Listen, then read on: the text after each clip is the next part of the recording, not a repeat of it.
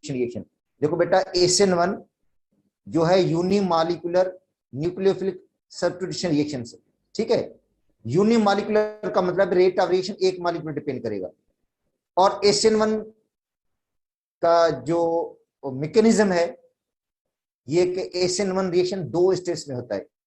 First step में carbon hydrogen का bond टूट जाता है, कार्बन और हाइड्रोजन का बॉन्ड टूट जाता है, कार्बोनियम आयन बन जाता है पहले स्टेप के अंदर, और इसके अंदर जो अल्काइल हैलाइड हम चूज करते हैं वो टर्शियरी होता है।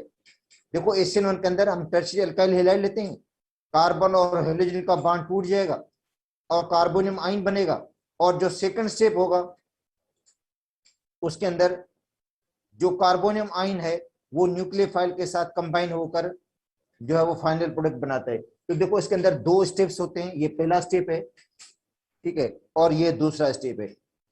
और पहला स्टेप स्लो है, ठीक है, और रेट डिटरमाइन स्टेप है ये। देखो बेटा पहला स्टेप जो होता है वो स्लो होता है, इसको कहते हैं रेट डिटरमाइनिंग स्टेप। जो रेट ऑफ रिएक्शन है वो फर्स्ट स्टेप पे डिपेंड करता है। रेट ऑफ रिएक्शन डिपेंड करेगा किस पर? फर्स्ट स्टेप डिपेंड करेगा, और सेकंड तो फास्ट पे डिपेंड भी नहीं करेगा।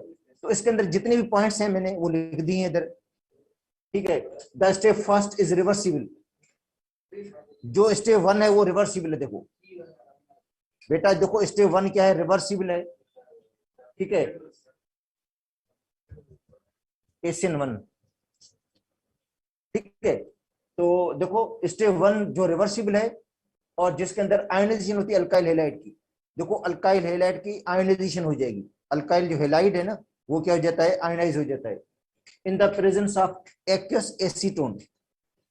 जाहिर सॉल्वेंट आपको पोलर लेना पड़ेगा बेटा, पोलर सॉल्वेंट यूज करते हैं हम, पोलर एसीटोन या सॉरी एक्वस एसीटोन या एक्वस इथाइल अल्कोहल। ये पंजाब की बुक में लिखा हुआ है बेटा, ये पंजाब की बुक, क्योंकि ये जितने भी अब टॉपिक मैं पढ़ा रहा हूँ वो पंजाब की बुक से ही हैं सारे, ठीक है। ये जो लाइंस हैं वो पंजाब की बुक की हैं, ठीक है। कि भाई पहला जो स्टेप है इसका वो रिवर्सिबल है, स्लो स्टेप है, आयोनाइजेशन होती है पोलर सॉल्वेंट की मौजूदगी में, ठीक है। स्टेप 1 प्रोवाइड कार्बोकेटाइन, और इसके अंदर कार्बोकेटाइन बनेगा। तो ये चीजें अभी देखो पेपर में ये चीजें आ रही थी कि स्टेप 1 में SN1 में कार्बोकेटाइन बनता है। देखो कार्बोकेटाइन बन गया, कार्बोकेटाइन का मतलब है कार्बन के ऊपर पॉजिटिव चार्ज होगी, कार्बन हाइड्रोजन का बॉन्ड टूट जाएगा। Carbocation as a intermediate, carbocation intermediate बनाए। देखो बेटा अल्काइल हैलाइड ये टर्शियरी है, ये टर्शियरी अल्काइल हैलाइड है, टर्शियरी ब्यूटाइल क्लोराइड है, ये आयोनाइज हो गया, कार्बोकेटाइन बन गया और हैलाइड आयन बन गया, कार्बन हाइड्रोजन का बॉन्ड टूट गया, ये sp3 था, अब ये sp2 हो गया कार्बोकेटाइन। ये बेटा sp3 ये sp2 में तब्दील हो गया, ठीक है। The second step carbocation is attach, जो सेकंड स्टेप होगा जिसके अंदर कार्बोकेटाइन जो होगा वो अटैच हो जाएगा, वो अटैक करेगा किसके ऊपर? Nucleophile to give final product, उसके बाद आपको मिलेगा फाइनल प्रोडक्ट। अब ये जो न्यूक्लियोफाइल है जिसको हम न्यूक्लियोफाइल कहते हैं, ये अटैक जो है वो फ्रंट साइड से भी कर सकता है, बैक साइड से भी कर सकता है बेटा। ये जो न्यूक्लियोफाइल है OH ये फ्रंट साइड से भी अटैक कर सकता है, बैक साइड पर। SN2 के अंदर क्या था? SN2 में जो अटैक करता है वो, ठीक है, अटैक कहां से करेगा? अपोज साइड से अटैक करता है। SN2 के अंदर अपोज साइड से अटैक करता है न्यूक्लियोफाइल, क्योंकि एक साइड पे हेलोजन लगा होता है, एक साइड पे हेलोजन लगा होता है, और इसमें क्या होकर अटैक कहां से करेगा? फ्रंट साइड से भी करेगा, बैक साइड से भी अटैक करेगा, ठीक है। तो अब क्या होगा? OH ग्रुप यहां पे भी लग सकता है, इधर भी लग सकता है, इधर लगेगा तो कॉन्फ़िगरेशन की इनवेरिएंट हो जाएगी बेटा। इधर लगेगा OH ग्रुप तो इनवेरिएंट होगी कॉन्फ़िगरेशन की, और OH ग्रुप इस साइड पे लगेगा तो इसका मतलब है रिटेंशन। रिटेंशन का मतलब है सेम कॉन्फ़िगरेशन रिटेन होगी। देखो ये Cl यहां पे लगा हुआ है, देखो बेटा Cl यहां पे लगा हुआ है, अगर Cl की सेम पोजीशन पे OH ग्रुप लगेगा, Cl की जगह पे OH ग्रुप लग जाएगा इस तरह, तो कॉन्फ़िगरेशन रिटेन रहेगी। OH ग्रुप अपोजिट साइड से लगेगा तो क्या हुई है? इनवेरिएंट हुई है। तो इसके अंदर SN1 के अंदर 50% इनवेरिएंट है, 50% रिटेंशन होती है, जबकि SN2 के अंदर क्या था? 100% इनवेरिएंट थी, 100% जो कॉन्फ़िगरेशन थी वो इन्वर्टेड हो गई थी। तो बेटा ACN2 के अंदर जो कॉन्फ़िगरेशन है 100% लिखा हुआ है, इसके अंदर इनवेरिन होती है, जबकि ACN1 के अंदर 50% इनवेरिन होती है, 50% जो होती है रिटेंशन होती है। ठीक है, और इसके अंदर जो हम अल्काइल हैलाइड लेंगे वो लेंगे टर्शरी। ठीक है, और जो पहला स्टेप है स्लो स्टेप है। ठीक है, और रेट ऑफ रिएक्शन आपको पता है स्लो स्टेप डिपेंड करता है, स्लो स्टेप को रेट डिटरमाइन स्टेप भी कहा जाता है। तो इसका पहला जो स्टेप होगा वो रेट डिटरमाइन स्टेप होगा। ठीक है, और रेट ऑफ रिएक्शन डिपेंड करेगा स्लो स्टेप पे, तो rate of reaction depends upon first step which is rate determine step, और रेट इज इक्वल टू के tertiary alkyl halide, first order होगा। रेट ऑफ रिएक्शन न्यूक्लियोफाइल पे depend नहीं करेगा, rate of reaction nucleophile से independent होगा। Nucleophile की concentration को डबल कर दें, ट्रिपल कर दें, कोई फर्क नहीं पड़ेगा रेट पर। अल्काइल हैलाइड को डबल करने से रेट डबल हो जाएगा, अल्काइल हैलाइड को डबल करने से रेट डबल हो जाएगा, क्योंकि ACN1 है, यूनिमॉलिक्यूलर है। ठीक है, और इसके अंदर आप जो टर्शियरी अल्काइल हैलाइड लेंगे वो देगा ACN1, प्राइमरी अल्काइल हैलाइड देंगे वो देगा ACN2, सेकेंडरी अल्काइल हैलाइड दोनों मैकेनिज्म देते हैं बेटा। सेकेंडरी अल्काइल जो हैलाइड है वो दोनों मैकेनिज्म देते हैं, ACN1 भी देते हैं, ACN2, और ये डिपेंड करता है सॉल्वेंट के ऊपर। अगर सॉल्वेंट आप पोलर यूज करेंगे तो पोलर सॉल्वेंट जो होता है वो हेल्प करता है आयनाइजेशन को, आयनाइज कर देगा और ACN1 को फेवर करेगा, और जबकि नॉन पोलर सॉल्वेंट जो होता है वो ACN2 को फेवर करता है। तो बेटा ये पंजाब की बुक से है, क्योंकि पंजाब की बुक के अंदर, और यही इसमें से देखो, अब जो प्रीवियस पेपर आपके आए हैं जितने 1 से लेकर 12 तक जितने भी टेस्ट आपको दिए गए हैं उनमें से देखोगे ACN1 ACN2 के क्वेश्चन इसी यही चीजें हैं जो डिस्कस की गई हैं इसके अंदर। तो वहां से आप भले पढ़ लो, पंजाब की बुक से आपको पढ़ना पड़ेगा।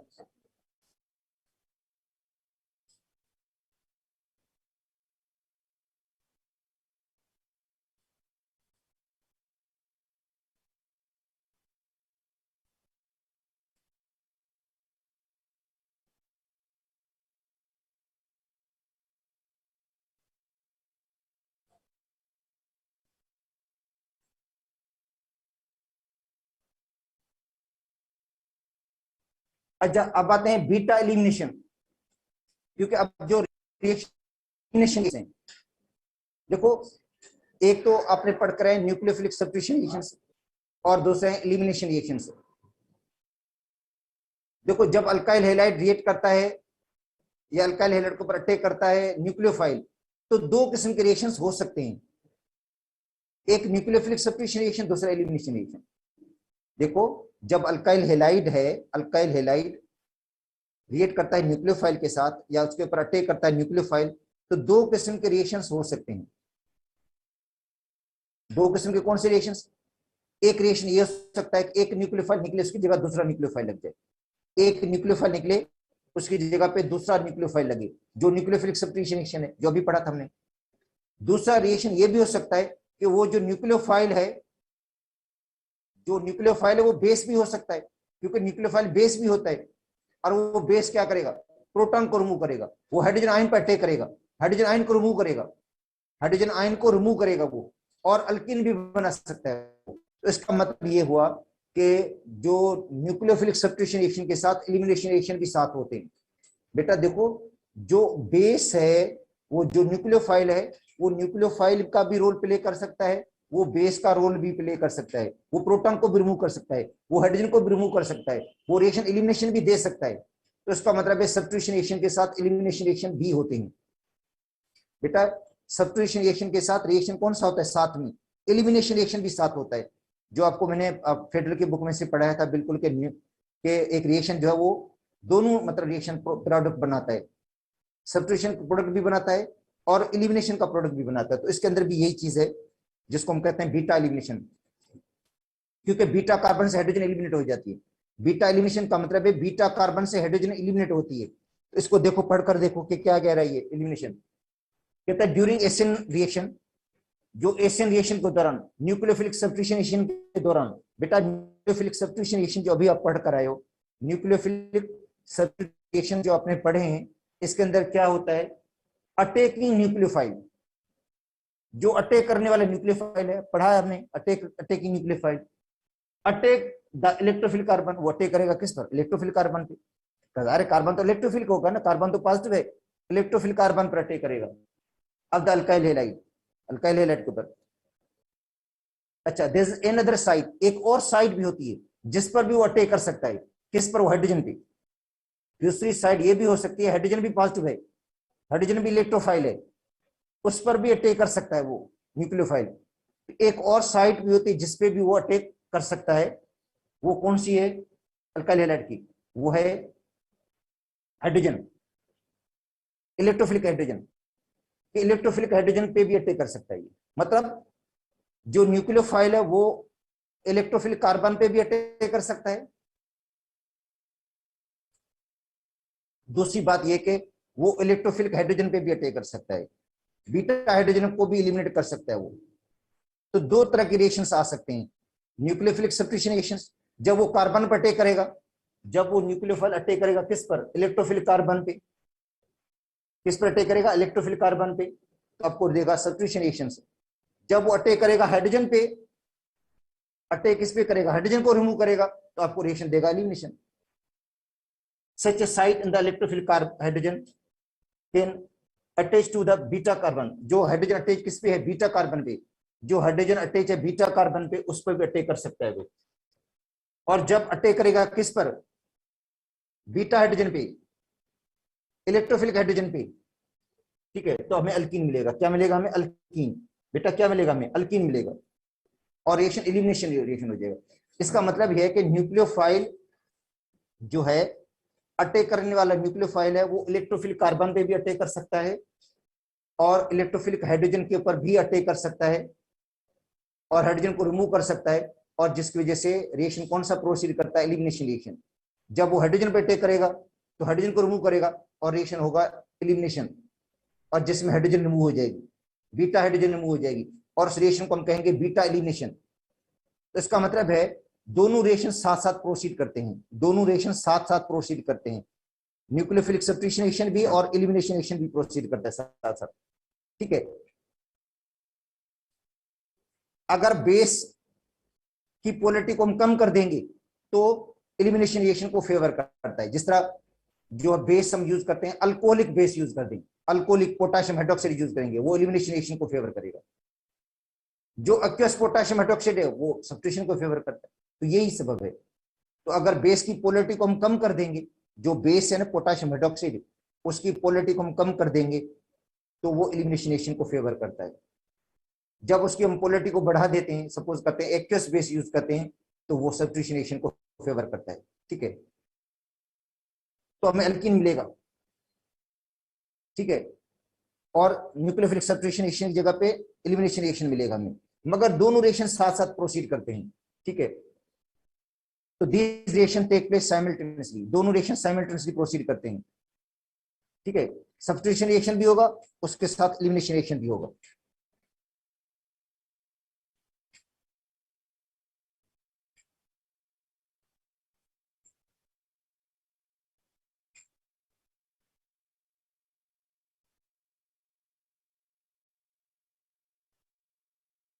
अब देखो, ये ब्रोमोइथेन है बेटा, ब्रोमोइथेन, और ब्रोमोइथेन को किसके साथ रिएक्शन करा रहे हैं हम?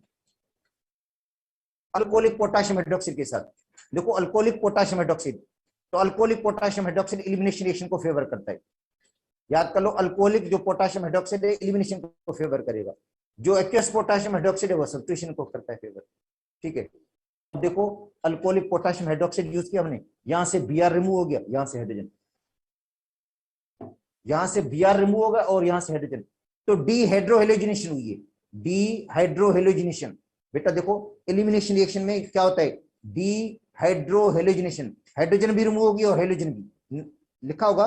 देखो ये डीहाइड्रोहेलोजिनेशन, डी का मतलब है रिमूवल, रिमूवल किसका हुआ है? हाइड्रोजन का और हेलोजन का, हाइड्रोजन और हेलोजन दोनों रिमूव हो गया और बीच में डबल बॉन्ड, अल्फा और बीटा कार्बन के दरमियान डबल बॉन्ड आ गया। देखो डीहाइड्रोहेलोजिनेशन हुई है, हाइड्रोजन और हेलोजन रिमूव हो गए और इनके दरमियान देखो डबल बॉन्ड आ गया और H भी रिमूव हो गया, ठीक है।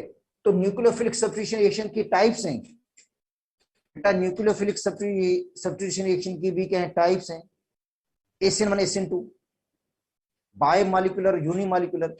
तो एलिमिनेशन रिएक्शन की भी टाइप्स हैं, जो एलिमिनेशन रिएक्शन है वो भी दो टाइप के होते हैं।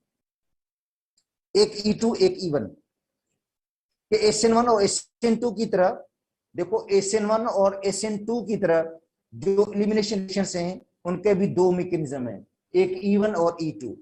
E2 बायोमॉलिक्यूलर एलिमिनेशन और E1 जो है यूनिमॉलिक्यूलर एलिमिनेशन है। बेटा E2 बायोमॉलिक्यूलर है और E1 क्या है, यूनिमॉलिक्यूलर है। तो पहले आते हैं E2 पे। इन E2 mechanism the nucleophile attack and the leaving group leaves the same time. मतलब जो न्यूक्लियोफाइल अटैक करता है, बेटा न्यूक्लियोफाइल अटैक करता है, न्यूक्लियोफाइल अटैक करेगा हाइड्रोजन पे, हाइड्रोजन पे अटैक करेगा, बीटा हाइड्रोजन पे।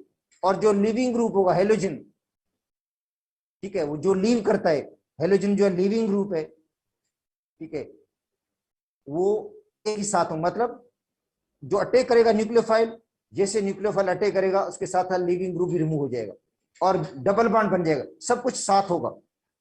मतलब removal of hydrogen, removal of hydrogen होगी, removal of halogen, leaving group जिसको बोलते हैं हम, removal of hydrogen, hydrogen remove हो जाएगी, बेटा ये हाइड्रोजन निकलेगी, ये हाइड्रोजन रिमूव हो जाएगी, बीटा हाइड्रोजन।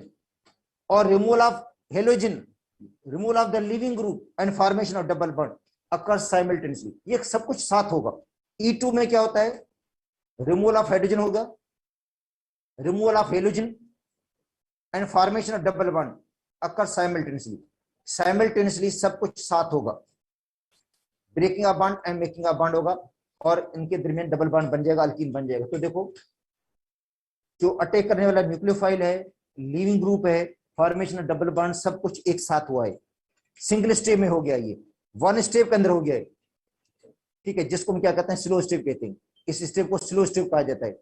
ये रेट डिटरमाइन स्टेप है, ये बेटा स्लो स्टेप है, ये रेट डिटरमाइन स्टेप इसको बोलते हैं हम, ठीक है। लाइक SN2 की तरह molecularity of E2 is biomolecular 2, direct SN2 में मॉलिक्यूलरिटी 2 है, दो मॉलिक्यूल हिस्सा लेते हैं रेट डिटरमाइन स्टेप में। बेटा SN2 के अंदर रेट डिटरमाइन स्टेप में दो मॉलिक्यूल हिस्सा लेते हैं, तो E2 में भी जो रेट डिटरमाइन स्टेप होगा, स्लो स्टेप होगा, उसमें दो मॉलिक्यूल हिस्सा लेंगे, ठीक है। ऑर्डर ऑफ रिएक्शन क्या होगा, सेकंड होगा, बेटा सेकंड ऑर्डर काइनेटिक्स होगा, रेट ऑफ रिएक्शन दो मॉलिक्यूल डिपेंड करेगा। तो rate is equal to alkyl halide, rate depend करेगा किस पर, अल्काइल हैलाइड की कंसंट्रेशन भी डिपेंड करेगा और साथ साथ बेस की कंसंट्रेशन भी डिपेंड करेगा, या न्यूक्लियोफाइल की कंसंट्रेशन भी डिपेंड करेगा, ठीक है। अल्काइल हैलाइड के ऊपर पावर क्या है, 1 है, और बेस के ऊपर पावर क्या है, 1 है। 1 + 1 क्या हो जाएंगे, 2 हो जाएंगे। तो सेकंड ऑर्डर है ये, ऑर्डर रिएक्शन क्या होगा, 2 होगा। जब अल्काइल हैलाइड की कंसंट्रेशन को आप डबल करेंगे, अल्काइल हैलाइड की कंसंट्रेशन को आप डबल करेंगे, रेट डबल हो जाएगा। जब बेस की कंसंट्रेशन को डबल करेंगे, रेट डबल हो जाएगा। जब दोनों को डबल करेंगे तो रेट 4 गुना बढ़ जाएगा, क्योंकि ये सेकंड ऑर्डर जो होता है इस तरह ही है बेटा, जब कंसंट्रेशन को हम डबल करते हैं तो रेट ऑफ रिएक्शन जो होता है वो 4 गुना बढ़ जाता है।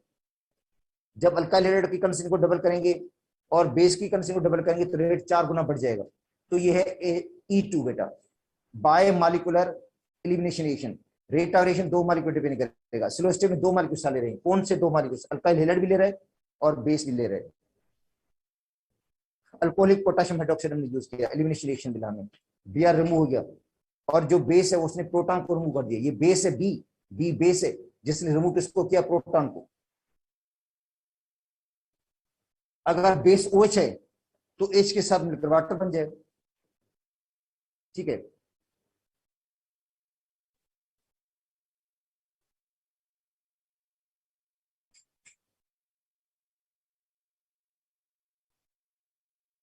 अच्छा अब बताएं E1 पे।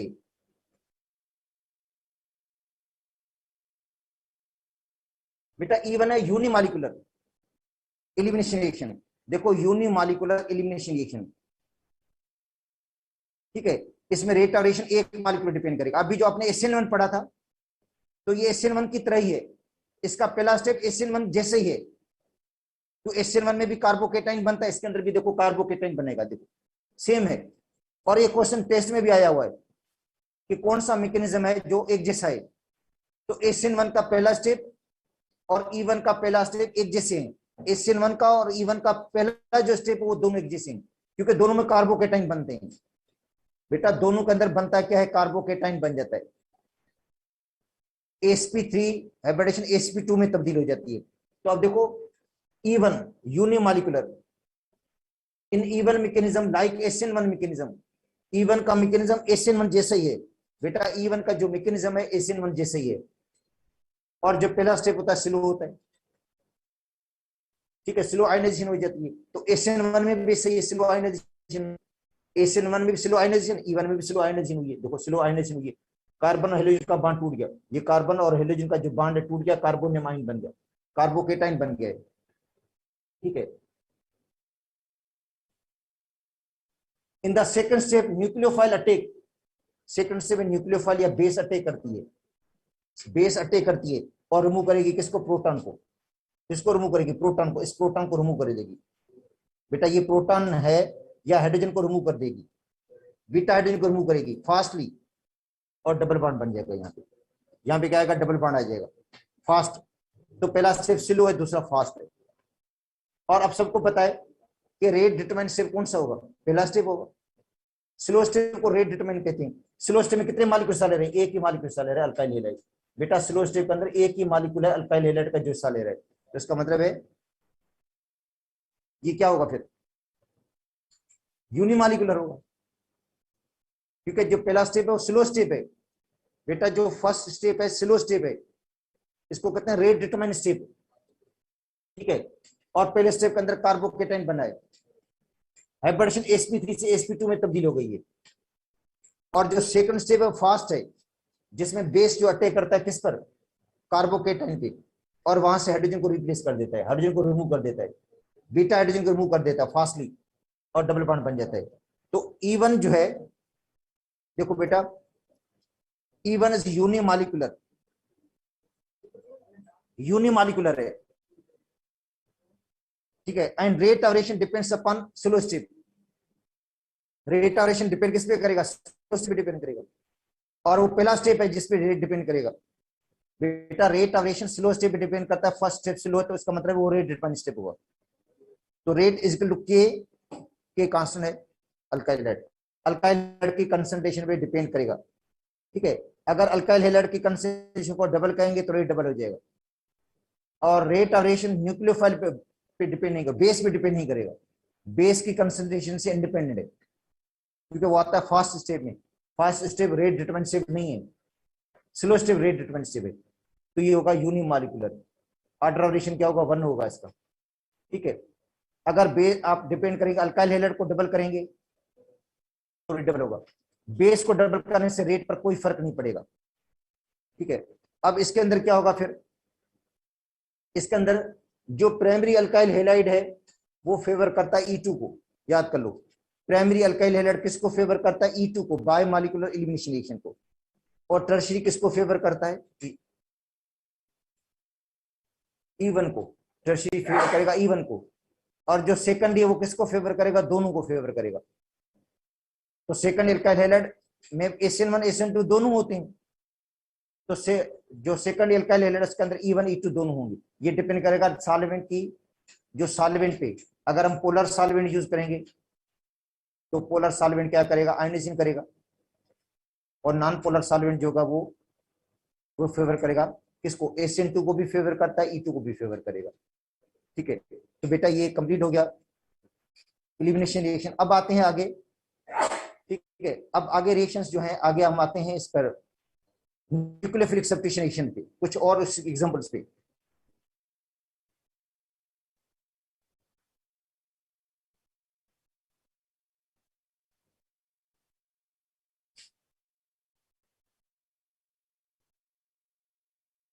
बेटा ये न्यूक्लियोफिलिक सब्स्टिट्यूशन रिएक्शन की एग्जांपल्स हैं, न्यूक्लियोफिलिक सब्स्टिट्यूशन रिएक्शंस उनकी एग्जांपल्स हैं, जिसमें एक नेगेटिव आयन निकल जाता है, दूसरा नेगेटिव आयन लग जाता है। अब देखो ये इथाइल ब्रोमाइड है जिसमें Br नेगेटिव है, और जो इथाइल है इसमें कार्बन जो है वो पॉजिटिव है। ये न्यूक्लियोफाइल है और ये इलेक्ट्रोफिलिक कार्बन है। अब अटैक करने वाला न्यूक्लियोफाइल, इसको कहते हैं सबस्ट्रेट, जिस पर अटैक होता है इसको सबस्ट्रेट बोलते हैं, पता है आप लोगों को, कि जिस पर न्यूक्लियोफाइल अटैक करता है उसको हम क्या कहते हैं, सबस्ट्रेट। तो अल्काइल हैलाइड को हम क्या कहेंगे, सबस्ट्रेट है बेटा, अल्काइल हैलाइड क्या है, सबस्ट्रेट है, ठीक है। उस पर अटैक कौन कर रहा है, न्यूक्लियोफाइल OH। तो OH क्या करेगा, Br को डिस्प्लेस करेगा, बी आर कौन कहेंगे, लीविंग न्यूक्लियोफाइल। जो बी आर है उसको कहेंगे लीविंग न्यूक्लियोफाइल। बेटा बी आर क्या है, लीविंग न्यूक्लियोफाइल है। लीविंग का मतलब है अपनी जगह छोड़ देगा, इसको लीविंग कहेंगे ग्रुप। ये लीविंग ग्रुप है सब, ठीक है। तो अब देखो बी आर की जगह पे OH लग गया और बन गया अल्कोहल। क्या बना है, अल्कोहल। अच्छा अब बी आर की जगह पे आयोडाइड लग गया, अल्काइल आयोडाइड बन गया। अच्छा बी आर रिप्लेस है, उसकी जगह पे कौन ले रहा है, साइनाइड लग रहा है, साइनो ग्रुप CN, ठीक है। तो अब देखो CH3 CH2 CN, इसको पढ़ते हैं प्रोपेन नाइट्राइल। बेटा साइनाइड वैसे नाइट्राइल ग्रुप है, जो साइनाइड है इसको नाइट्राइल पढ़ते हैं, पता है वो आपको मैंने सिखाया भी था, नाइट्राइल है ये साइनाइड, CN नाइट्राइल, तो उसको पढ़ते हैं प्रोपेन नाइट्राइल। 3 कार्बन है ना, 1 2 3, प्रोपेन नाइट्राइल। 4 कार्बन होंगे तो ब्यूटेन नाइट्राइल, पेंटेन नाइट्राइल, ठीक है इस तरह। Br की जगह पे NO2 ग्रुप लग गया तो नाइट्रो इथेन बन गया। अच्छा Br की जगह पे OCH3 लग गया, बेटा Br को रिमूव करके OCH3 लगा दिया हमने, तो ईथर ग्रुप है ये, तो बन गया इथाइल मिथाइल ईथर। बेटा इथाइल, ये इथाइल है, ये मिथाइल है, ईथर, ये इथाइल ग्रुप हो गया, CH3 CH2 इथाइल है, और ये मिथाइल ये ईथर, तो इथाइल मिथाइल ईथर, या इसको पढ़ते हैं मीथॉक्सी इथेन, या आईपिक नेम में क्या पढ़ेंगे उसको, मीथॉक्सी इथेन पढ़ कर आए थे आप लोग। अच्छा अमोनिया के साथ रिएक्शन करवाते हैं, तो अमोनिया के साथ रिएक्शन कराएंगे तो NH2 ग्रुप लग जाएगा इसके ऊपर, और अमोनिया से हाइड्रोजन निकल जाएगी, हाइड्रोजन मिलेगी Br के साथ HBr बन जाएगा, तो ये क्या बन जाएगा, प्राइमरी अमाइन बन गया। बेटा ये प्राइमरी अमाइन बना है, इसको क्या पढ़ते हैं, प्राइमरी अमाइन पढ़ा होगा आप लोगों ने, प्राइमरी अमाइन है ये, 1 डिग्री अमीन बन गया, 1 डिग्री अमाइन बना है ये। अच्छा अब इथाइल ब्रोमाइड को रिएक्शन करवाते हैं किसके साथ, इथाइल अमाइन के साथ, इथाइल अमाइन के साथ, इथाइल अमाइन, तो हाइड्रोजन निकल जाएगी, हाइड्रोजन निकलेगी, और हाइड्रोजन की जगह पे इथाइल ग्रुप लग जाएगा, ठीक है, तो डाई इथाइल अमाइन बन गया। बेटा डाई इथाइल अमाइन बन गया, ये देखो डाई, ये भी इथाइल ये भी इथाइल अमीन, डाई इथाइल अमीन, ये सेकेंडरी अमाइन बन गया, इसका मतलब है सेकेंडरी अमाइन बन गया। तो अल्काइल हैलाइड जब प्राइमरी अमाइन के साथ मिलता है, अल्काइल हैलाइड जब प्राइमरी अमाइन के साथ मिलता है तो सेकेंडरी अमाइन बन जाता है। देखो ये भी बहुत अहम बात है कि अल्काइल हैलाइड प्राइमरी अमाइन के साथ मिल गया तो क्या बन गया, हमने सेकेंडरी अमाइन बना दिया। और टर्शरी के वाटर के साथ मिलेगा तो Br की जगह पे OH लग जाएगा, अल्कोहल बन जाएगा। बेटा Br की जगह पे OH लग जाएगा, अल्कोहल बन जाएगा। अच्छा टर्शरी अमाइन के साथ मिलेगा, ये टर्शरी अमाइन है, 3 डिग्री अमीन है, बेटा टर्शरी अमाइन है ना, ये ट्राई मिथाइल अमाइन है, ये ट्राई मिथाइल और try ethyl amine, try ethyl amine है ये, तो बन जाएगा क्वार्टरी अमीन बनेगा, क्वार्टरी अमीन बनेगा। क्या बनेगा बेटा, क्वार्टरी अमीन का मतलब है 4 अमाइन ग्रुप लग जाएंगे, सॉरी 4 बच जाएंगे इथाइल ग्रुप, अमीन के साथ 4 इथाइल ग्रुप लग जाएंगे। देखो CH3 CH2 होल 4 लिखा हुआ है, CH3 CH2 होल 4, ठीक है, नाइट्रोजन के साथ, उसके ऊपर चार्ज पॉजिटिव आ जाएगी, और नाइट्रोजन के ऊपर चार्ज पॉजिटिव आएगी, जैसे अमोनिया अमाइन बनता है ऐसे ही बन गया। अमोनिया में चारों हाइड्रोजन लगती है, अब इसके अंदर 4 इथाइल ग्रुप लगेंगे, नाइट्रोजन के साथ 4 इथाइल ग्रुप लगेंगे, नाइट्रोजन के ऊपर पॉजिटिव चार्ज आएगी। अच्छा उसके बाद CH3 CH2 Br है, तो Br निकल गया, बेटा Br की जगह पे, Br की जगह पे क्या लग गया है, CH3 CH2, तो बन जाएगा इथाइल एसीटेट। देखो बेटा Br निकलेगा और Br की जगह पे एसीटेट ग्रुप लगेगा, एसीटेट भी नेगेटिव ग्रुप है, एसीटेट भी न्यूक्लियोफाइल है, तो Br की जगह पे एसीटेट लगेगा, बन जाएगा इथाइल एसीटेट, और प्लस में NaBr। तो ये सारे के सारे देखो न्यूक्लियोफिलिक सब्स्टिट्यूशन रिएक्शंस हैं, न्यूक्लियोफिलिक सब्स्टिट्यूशन रिएक्शंस हैं, ठीक है। तो अब देखो इसके अंदर जब अल्काइल हैलाइड प्राइमरी अमाइन के साथ मिल जाता है, अल्काइल हैलाइड प्राइमरी अमाइन के साथ, तो देखो इसे सेकेंडरी अमीन बनाए। अल्काइल हैलाइड अमोनिया के साथ मिल जाता है, अल्काइल हैलाइड अमोनिया के साथ मिलता है तो प्राइमरी अमाइन बन जाता है। देखो अल्काइल हैलाइड जब अमोनिया के साथ मिलेगा तो प्राइमरी अमाइन बनेगा, ये देखो प्राइमरी अमाइन बना है। और प्राइमरी अमाइन जब अल्काइल हैलाइड के साथ मिलेगा तो सेकेंडरी अमाइन, सेकेंडरी अमाइन जब अल्काइल हैलाइड के साथ मिलेगा तो टर्शरी अमाइन, अगर टर्शरी अमाइन जो है वो मिलेगा किसके साथ, अल्काइल हैलाइड के साथ, बनेगा क्वार्टरली अमाइन, क्वार्टरली अमाइन बन जाएगा, 4 ग्रुप लग जाएंगे अल्काइल ग्रुप, ठीक है। तो ये तो बेटा न्यूक्लियोफिलिक सब्स्टिट्यूशन रिएक्शंस हैं।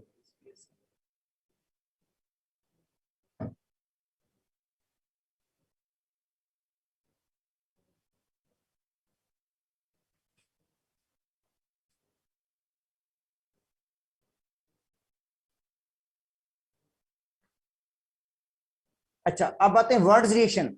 आपको पता है अल्काइल हैलाइड वर्ड्स रिएक्शन भी देता है। देखो अल्काइल जो हैलाइड हैं उनसे वर्ड्स रिएक्शन भी बनता है। जब अल्काइल हैलाइड को सोडियम मेटल के साथ हीट देते हैं इन the presence of ether, ether की मौजूदगी में, नोट कर दो बहुत अहम बात है, अल्केन बनते हैं इससे बेटा, सिमेट्रिकल अल्केन बना सकते हैं। देखो इससे सिमेट्रिकल अल्केन, सिमेट्रिकल अल्केन बनते हैं जब मिथाइल आयोडाइड को सोडियम मेटल के साथ हीट देंगे। बेटा मिथाइल आयोडाइड को सोडियम मेटल के साथ हीट देते हैं, मिथाइल आयोडाइड के दो मॉलिक्यूल लेंगे, मिथाइल आयोडाइड के दो मॉलिक्यूल उसको सोडियम मेटल के साथ हीट देंगे। सोडियम मेटल के साथ क्या करते हैं हम, हीट देते हैं, तो हमें मिलता है इथेन। क्या मिलता है, इथेन। तो इस तरह देखो ये है इथाइल क्लोराइड।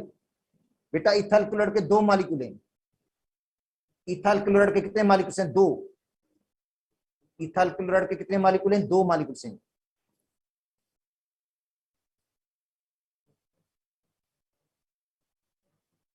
इसको देखो, ये Cl, ये Cl मिलेगा किसके साथ, Na के साथ, NaCl बन जाएगा। ये NaCl बना लेंगे, इथाइल और ये दूसरा इथाइल दोनों मिलकर क्या बनाएंगे, इथेन बना लेंगे। बेटा ये इथाइल और ये इथाइल दोनों मिल जाएंगे आपस में, बन जाएगा ब्यूटेन। क्या बन जाएगा, ब्यूटेन बन गया, और प्लस NaCl बन गया। तो अब ये क्या है, alkyl halide react with sodium metal. Alkyl halide react करता है सोडियम मेटल के साथ, अल्काइल हैलाइड सोडियम मेटल के साथ रिएक्ट करेगा in the ether solvent, it gives alkanes. इससे मिलेगा हमें alkanes. This is particularly useful in the preparation of symmetrical alkane. इससे क्या बनता है, सिमेट्रिकल अल्केन बना सकते हैं।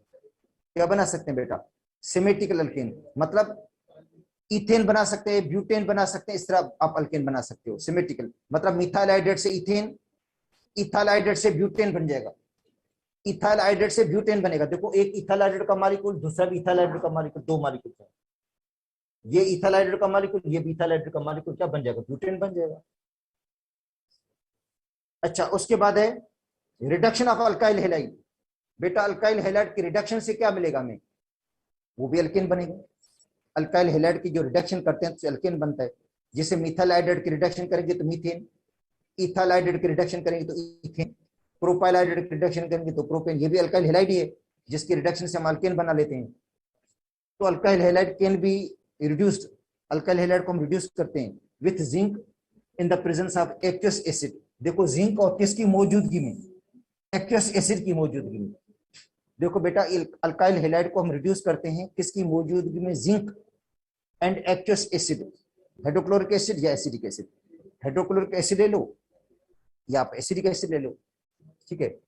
तो आगे क्या मिलेगा हमें, अच्छा अब देखो, तो इथाइल प्रोपाइल क्लोराइड है ये, plus zinc plus HCl, plus zinc के प्लस में क्या है HCl, तो Cl निकलेगा, Cl की जगह पे H लग जाएगा। ये Cl की जगह पे क्या लगेगा बेटा, H लग जाएगा, Cl की जगह पे H लग गया, प्रोपेन बन गया।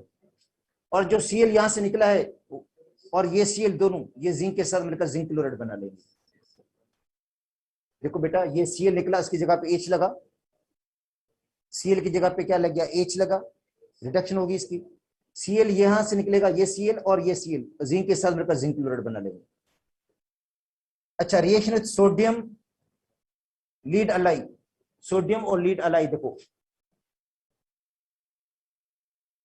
टेट्रा सोडियम लीड, बेटा टेट्रा सोडियम लीड हो गया, टेट्रा सोडियम Na4Pb, क्योंकि Pb की जो वैलेंसी है वो 4 होती है बेटा, तो Pb के साथ सोडियम कितने लगेंगे, 4, तो Na4Pb। तो ये कहते हैं मिथाइल क्लोराइड, बेटा ये मिथाइल क्लोराइड है, मिथाइल क्लोराइड को किसके साथ रिएक्शन करवाते हैं, टेट्रा सोडियम लीड के साथ, तो क्या बन जाएगा, तो Na निकलेगा, Na की जगह मिथाइल ग्रुप लग जाएगा। बेटा Na की जगह पे जो Na पहले 4 लगे थे Pb के साथ, Na कितने लगे थे, 4, अब 4 मिथाइल ग्रुप लग जाएंगे Pb के साथ प्लस NaCl। टेट्रामिथाइलिड बन गया, टेट्रामिथाइलिड। और ये नाक इनहिबिटर है बेटा, ये नाकिंग को रोकता है, ये गैसोलीन के अंदर नाक इनहिबिटर है, इसको कहते हैं एंटी नाकिंग एजेंट, एंटी नाक एजेंट भी कहा जाता है। देखो ये नोट कर देना, तो ये एंटी नाकिंग एजेंट भी है, नाकिंग को कम कर देता है, गैसोलीन के अंदर जो नाकिंग होती है इसको कम कर देता है। ठीक है, अब देखो इथाइल क्लोराइड, इथाइल क्लोराइड है, इथाइल क्लोराइड किसके साथ मिल जाता है, टेट्रा सोडियम लीड के साथ, तो क्या बना लेता है, टेट्रा इथालीड बना लेता है, टेट्रा इथालीड और प्लस NaCl। ठीक है, एंटी नाकिंग एजेंट है ये, एंटी नाकिंग एजेंट, एंटी नाकिंग एजेंट है गैसोलीन के अंदर, नाकिंग को कम कर देता है, नाकिंग को रिड्यूस कर देता है और ऑक्टेन नंबर को बढ़ा देता है, ये ऑक्टेन नंबर को इंक्रीज कर देता है। देखो गैसोलीन का जो ऑक्टेन नंबर है is increase by adding tetraethyllead, octane number जो है वो बढ़ जाता है टेट्राइथाइलिड ऐड करने से।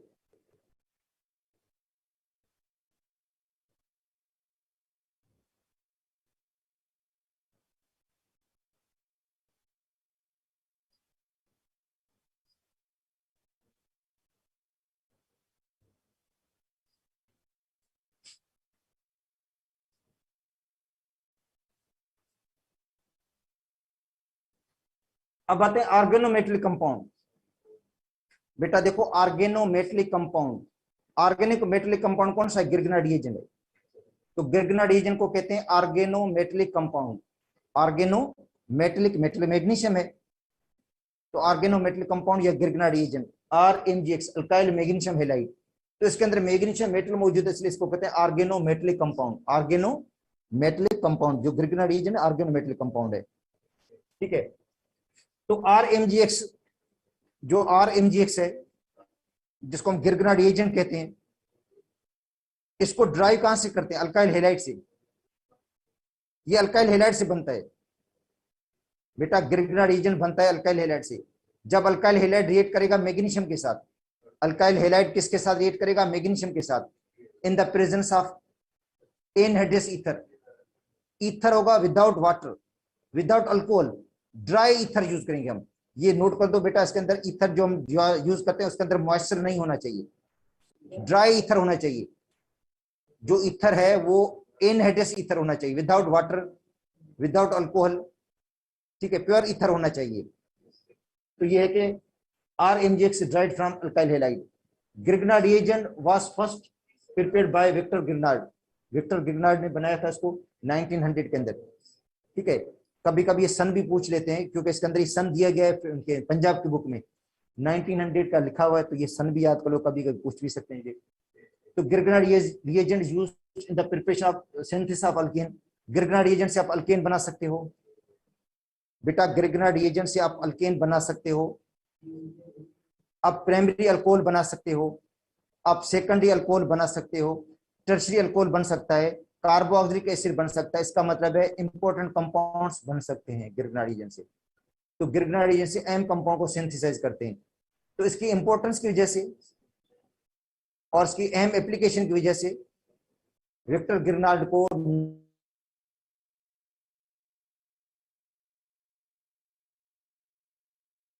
मतलब इनसे जो गिरगना रिएजेंट को प्रिपेयर किया जाता है by reaction of magnesium metal, magnesium metal का रिएक्शन होगा बेटा, मैग्नीशियम मेटल का रिएक्शन होगा किसके साथ, with alkyl halide, alkyl halide के साथ, in the presence of dry ether, किसकी मौजूदगी में, ड्राई ईथर की मौजूदगी में। ठीक है, तो ये अल्कोहल फ्री होना चाहिए, क्या होना चाहिए, अल्कोहल से फ्री होना चाहिए, मॉइस्चर से फ्री होना चाहिए।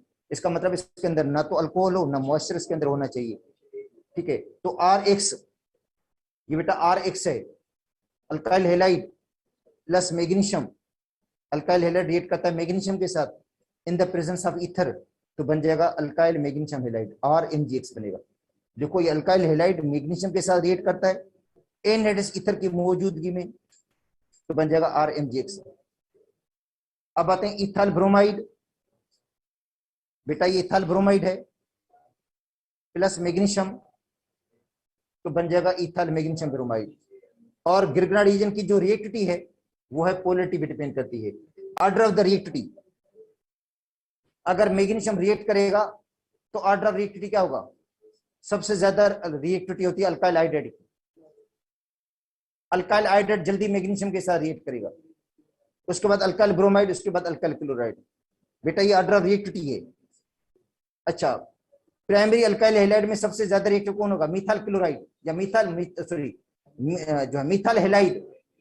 बेटा प्राइमरी में सबसे ज्यादा कौन होगा? मिथाइल हैलाइड होगा। मिथाइल हैलाइड के बाद इथाइल, इसके बाद प्रोपाइल। ठीक है, मिथाइल हैलाइड होगा, उसके बाद इथाइल होगा, उसके बाद प्रोपाइल होगा। ठीक है, और अगर मिथाइल आयोडाइड है तो सबसे ज्यादा रिएक्टिव होगा मिथाइल आयोडाइड। जो मिथाइल आयोडाइड है वो सबसे रिएक्टिव है। मतलब इस तरह होगा,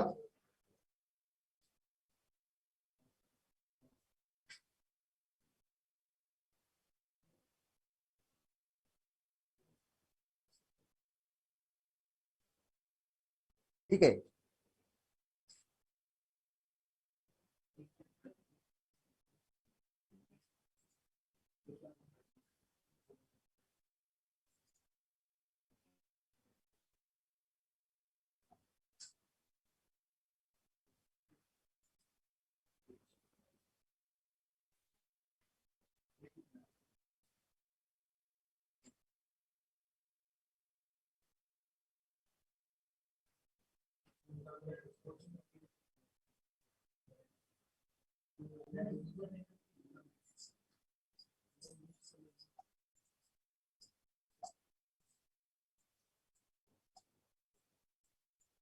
बेटा अभी आपको मैंने ऑर्डर ऑफ रिएक्टिविटी पढ़ा दिया था, मगर मैं बता दूं methyl iodide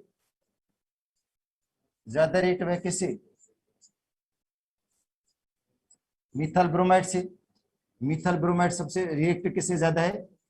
methyl chloride, then methyl fluoride.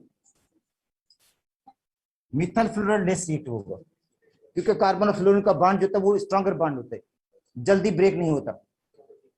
ठीक है, तो ग्रिगना रिएजेंट बेटा R M G X, M G को पॉजिटिव चार्ज है, इसके ऊपर नेगेटिव चार्ज है।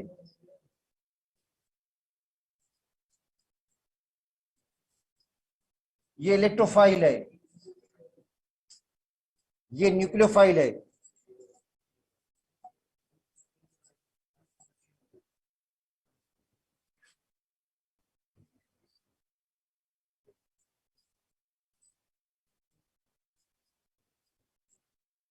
तो reactivity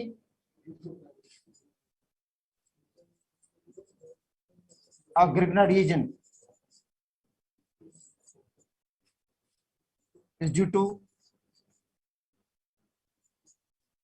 polarity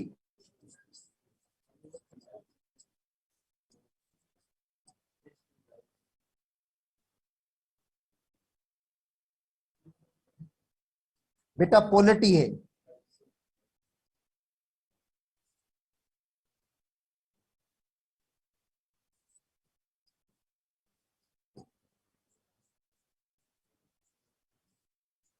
MG bond, polarity of carbon और मैग्नीशियम बॉन्ड। बेटा कार्बन और मैग्नीशियम के बॉन्ड की पोलरिटी की वजह से रिएक्टिविटी इसकी ज्यादा है। ये क्वेश्चन भी टेस्ट में था कि जो ग्रिगना रिएजेंट है वो रिएक्टिविटी क्यों है इसकी ज्यादा? क्योंकि कार्बन और मैग्नीशियम का बॉन्ड पोलर होता है, ज्यादा पोलर होता है, ज्यादा पोलर की वजह से उसकी रिएक्टिविटी ज्यादा है। अब आते हैं ग्रिगना रिएजेंट से कौन से कंपाउंड को हम सिंथेसाइज कर सकते हैं। बेटा ग्रिगना रिएजेंट जो है उससे उसकी एप्लीकेशन कौन सी है? कौन से कंपाउंड को हम सिंथेसाइज कर सकते हैं?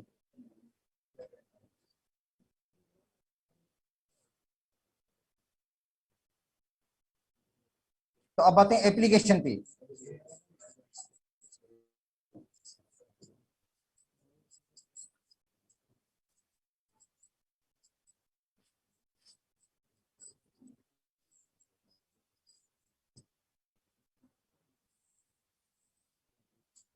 बेटा देखो application of the Grignard reagent, number 1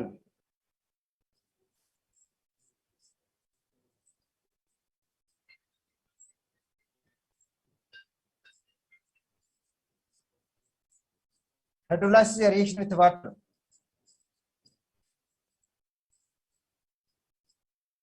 बेटा देखो हाइड्रोलाइसिस या रिएक्शन विथ वाटर, हाइड्रोलाइसिस करेंगे या वाटर के साथ रिएक्शन करेंगे इसको। तो R M G X plus water, बेटा ग्रिग्ना रिएजेंट, इसमें देखो Mg के ऊपर पार्शियल पॉजिटिव चार्ज है, इलेक्ट्रोफाइल, और कार्बन न्यूक्लियोफाइल है, कार्बन न्यूक्लियोफाइल नेचर का है। तो ये जो न्यूक्लियोफाइल है ये किसके साथ मिलेगा, वाटर के H के साथ। बेटा ये न्यूक्लियोफाइल R मिलेगा H के साथ, तो बन जाएगा RH,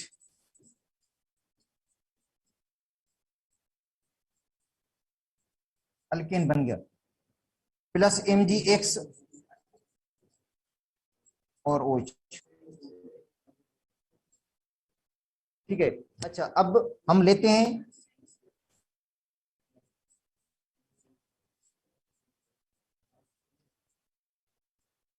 ethyl magnesium bromide, ethyl magnesium bromide, ये पॉजिटिव चार्ज, इस पर negative charge, plus H OH, H positive OH negative. अब क्या होगा, अब जो इथाइल ग्रुप है बेटा, ये इथाइल ग्रुप ये न्यूक्लियोफाइल है, ये न्यूक्लियोफाइल है, ये मिलेगा किसके साथ,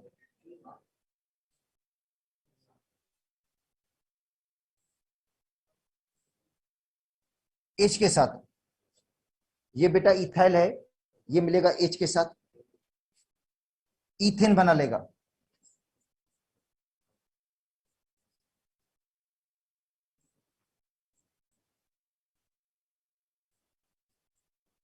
प्लस MgBr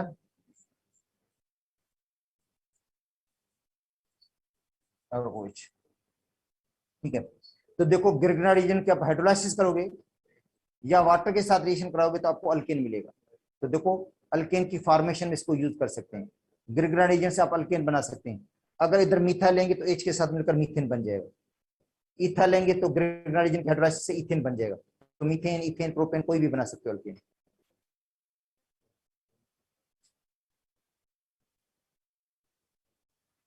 ठीक है।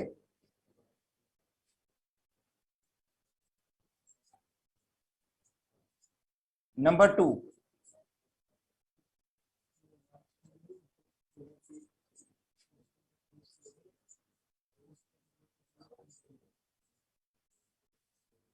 Reaction with ammonia. देखो बेटा reaction with ammonia, RMgX,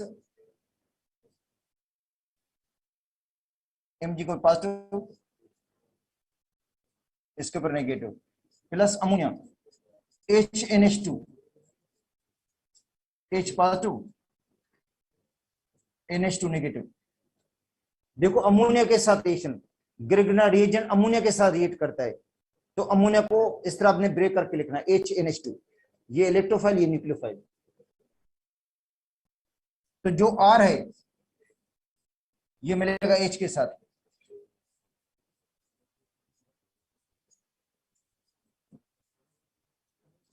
alkane, MgX NH2 लग जाएगा। तो अल्केन बन गया इसमें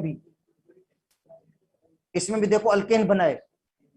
तो अल्काइल जो ग्रुप है वो H के साथ लेगा, अल्काइल ग्रुप अगर मीथाइल है तो H के साथ मिलकर मीथेन बनाएगा, इथाइल है तो H के साथ मिलकर इथेन बनाएगा, प्रोपाइल है तो H के साथ मिलकर प्रोपेन बनाएगा। तो बेटा ये अल्काइल ग्रुप जो भी होगा, ग्रिग्ना रीजन के साथ जो भी अल्काइल ग्रुप होगा, बेटा ग्रिग्ना रीजन के साथ जो भी अल्काइल ग्रुप होगा वो H के साथ मिलकर अल्केन बना लेगा।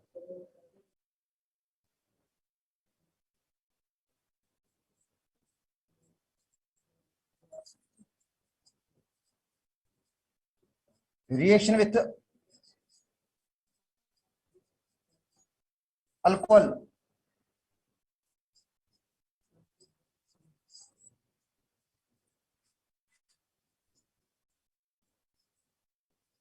फॉर्मेशन ऑफ अल्केन, अल्कोहल के साथ रिएक्शन होगा, इसमें भी अल्केन बनेगा। बेटा अल्कोहल के साथ रिएक्शन में भी अल्केन बनता है। अब देखो CH3 CH2 MgBr ये है। तो Mg के ऊपर पॉजिटिव चार्ज है और इथाइल ग्रुप के ऊपर नेगेटिव चार्ज, ठीक है। अब रिएक्शन को आते हैं अल्कोहल के साथ।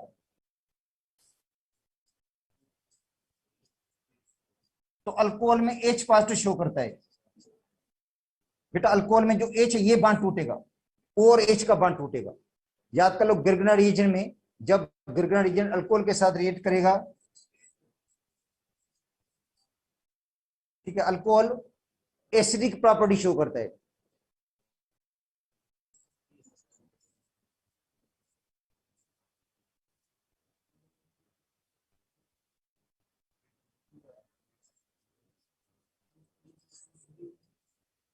एसिडिक प्रॉपर्टी,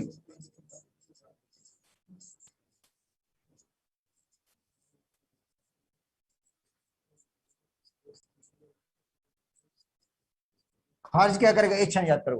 तो याद करो गिरगनाड रिएजेंट जब भी अल्कोहल के साथ रिएक्ट करेगा, जब भी अल्कोहल के साथ रिएक्ट करेगा तो हाइड्रोजन आयन खारिज करेगा। खारिज क्या करेगा? हाइड्रोजन आयन खारिज करेगा, ठीक है। एच आयन खारिज करेगा, एसिडिक प्रॉपर्टी शो करेगा, ठीक है। तो ये मिलेगा किसके साथ? इस एच के साथ, और बन जाएगा इथेन।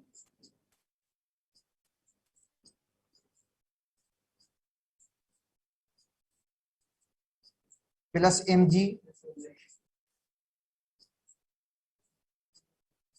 और OCH, ठीक है, ठीक है बेटा। इथाइल जो है वो किसके साथ मिलेगा? अल्कोहल के एच के साथ मिलेगा, और अल्कोहल एसिडिक प्रॉपर्टी शो कर रहा है इसके अंदर, ठीक है। अल्कोहल कौन सी प्रॉपर्टी शो करेगा? एसिडिक।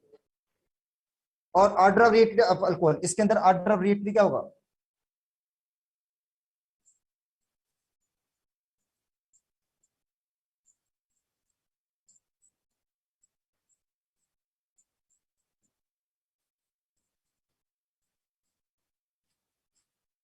ठीक है,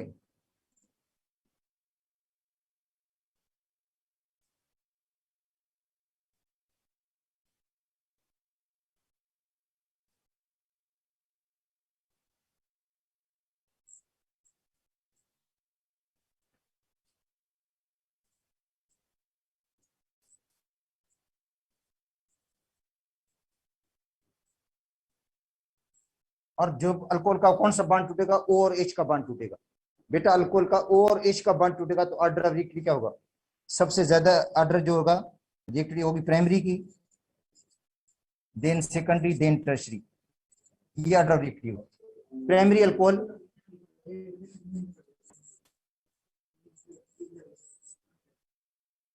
ठीक है, प्राइमरी अल्कोहल सबसे ज्यादा रिएक्टिव है क्योंकि एसिड प्रॉपर्टी में प्राइमरी अल्कोहल सबसे ज्यादा रिएक्टिव है।